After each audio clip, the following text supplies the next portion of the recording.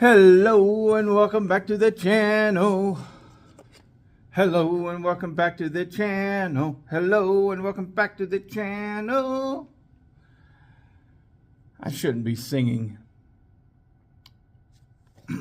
So what we're doing, we're getting things set up for the race in Alabama. The race is tomorrow, which is November the 4th. In Jackson, Alabama. If you can make it, you should.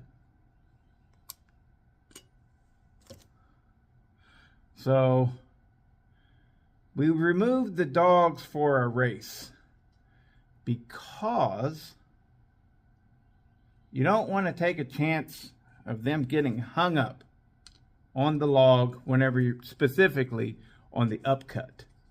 I mean, down cut too, but specifically the upcut is where people get in trouble when they leave their dogs on the saw. This is the 064, dubbed Ike Turner. For a lot of the younger viewers, and hell, maybe some of the old ones too, I guess I should explain that. Ike Turner was a musician who was married to Tina Turner, and he had a murderous temper and rage. He beat the shit out of Tina. He was an angry little effer. So I don't want to glorify a wife beater, but that's the name of the saw. What you gonna do? I better put this back in because I'm not sure if it's required to stop leaking oil. So it goes back in. There we go. Put that one right there. Now the last thing for old Ike right here. Oh, and so it still may not be clear. The reason he's Ike Turner is because he feels very angry. Quite an angry saw. All right, so we got a 7-pin 3/8 sprocket. We are going to swap this out for an 8-pin, if I have one. Oh, there we go. There's all the 8 pins. Now, I don't normally like running 8 pins, but I pretty much know what these folks run. They're going to run probably a 10-inch chunk of poplar or something like that. And in that small of wood, Ike Turner here shouldn't have any problems with an 8-pin. When it gets bigger, I mean, you know, race saws are race saws, but this saw right here is just a work saw with a regular port job, nothing too special. Runs great and everything, but if I put bigger than an 8-pin on this thing, I feel like it would slow it down. So, I'm not going to do that.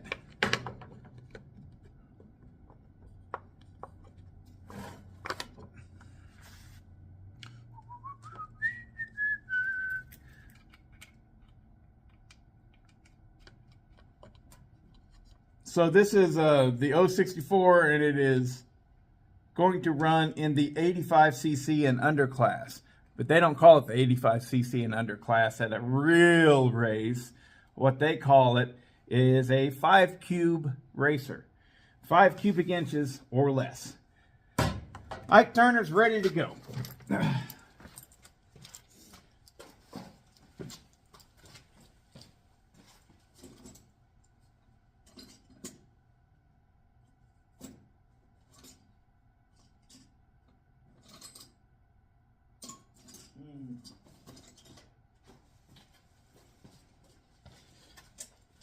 Next up is the G660 from TriStar Supply LLC. And now I just realized I ran this thing yesterday for a while without the flywheel doing any cooling, because I have on here right now a machined flywheel.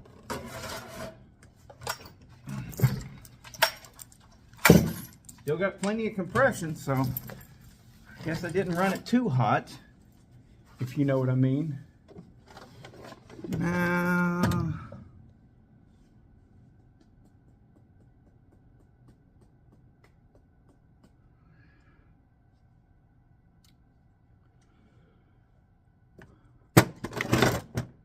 I think we might be saying a great big uh-oh. You know what? Hold that thought. I'm looking for my... There it is. Found it. 9-pin sprocket.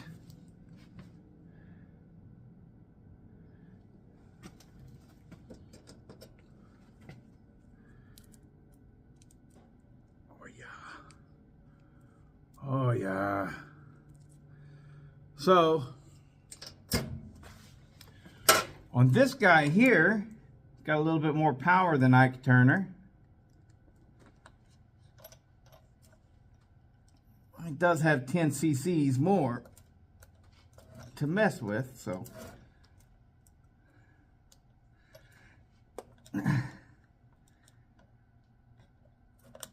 we're gonna go ahead.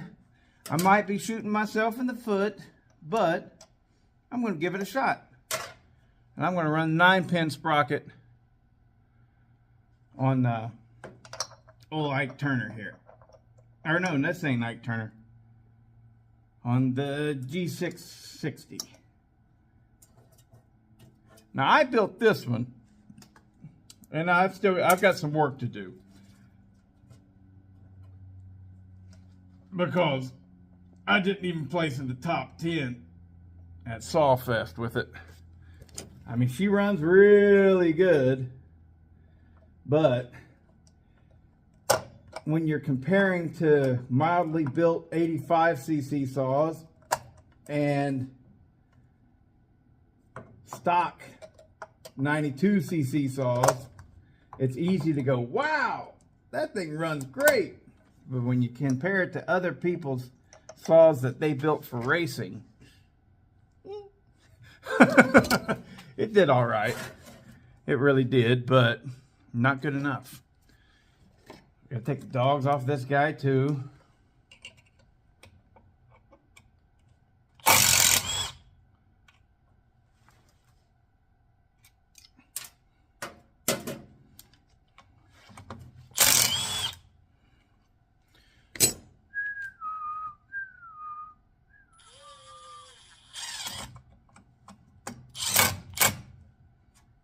Let's go ahead and just put that right back in there. What do you say?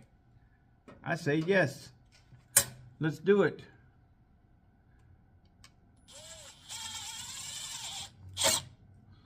Good enough.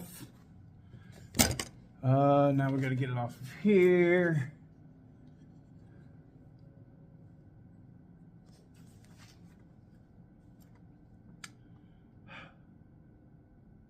Y'all do the same thing.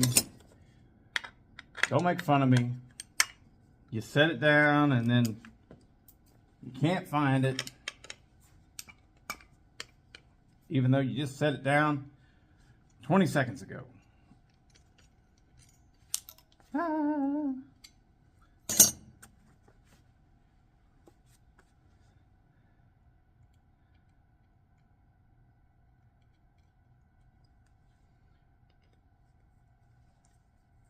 All right.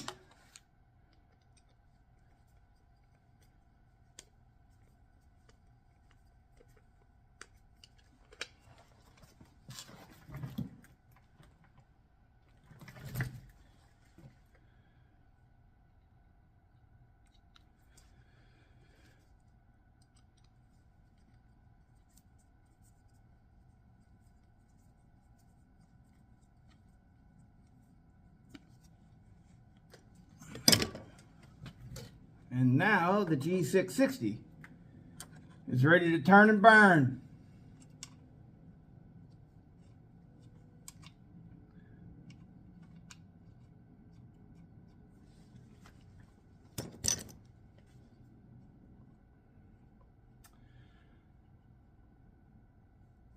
So the Johnson Red 2165 is what I will be running for the 4-cube saw. The 3-cube saw, going a little backwards here, is the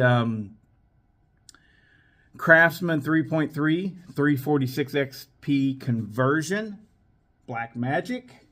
And they're already both in the truck, set up and ready to go. And now we're all set. The only thing that I need to grab is my race chain, race bars. Okay, so let me show you that, and then I'll put just a handful of tools together real quick, and I'm ready to go to the races. So this race chain, I want to tell you just a tiny bit about it. Okay, for one, notice the red paint on it, right? That means something. I'm not sure what, but probably it means it's made to run in yellow pine or white pine or something like that, or poplar. I don't know, but it does mean something. And I'm going to give you guys just the briefest close up because, well, I'll tell you here. Woo! There you go. That's all you get. And now, the reason for all the secrecy with race chains and the people who build them, all right? If you notice here, we wrap these babies up like these.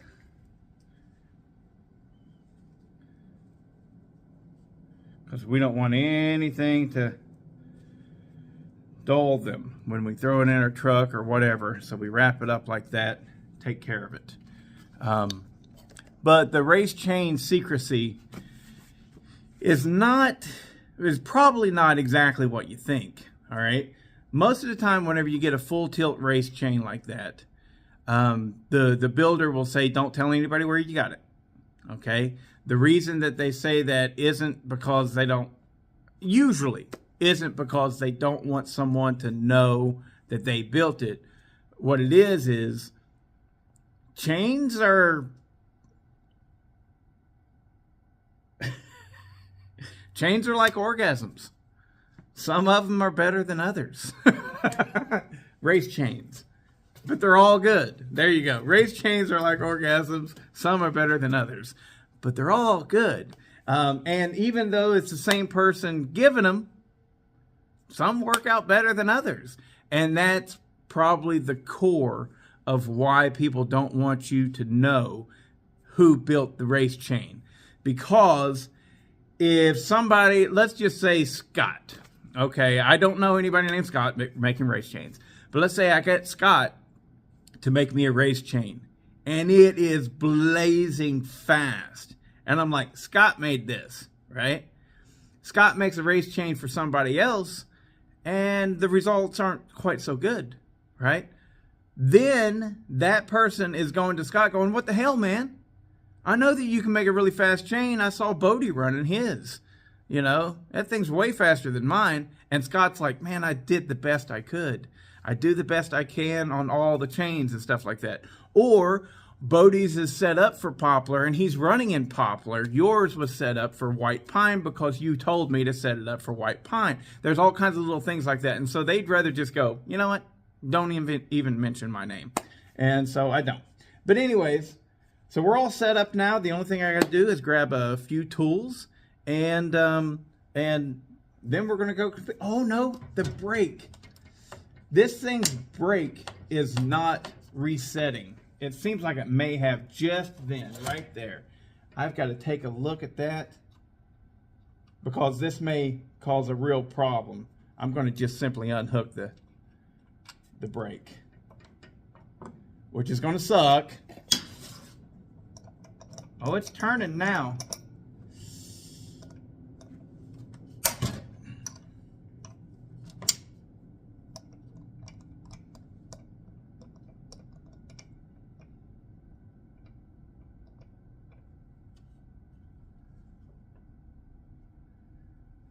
I ain't got much time, and I don't want to tear into that. Might regret it. We'll see. I'm putting it together like it is.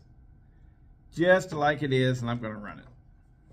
I was having a problem with it day before, so I used it a few days ago, and the brake would not unseat itself.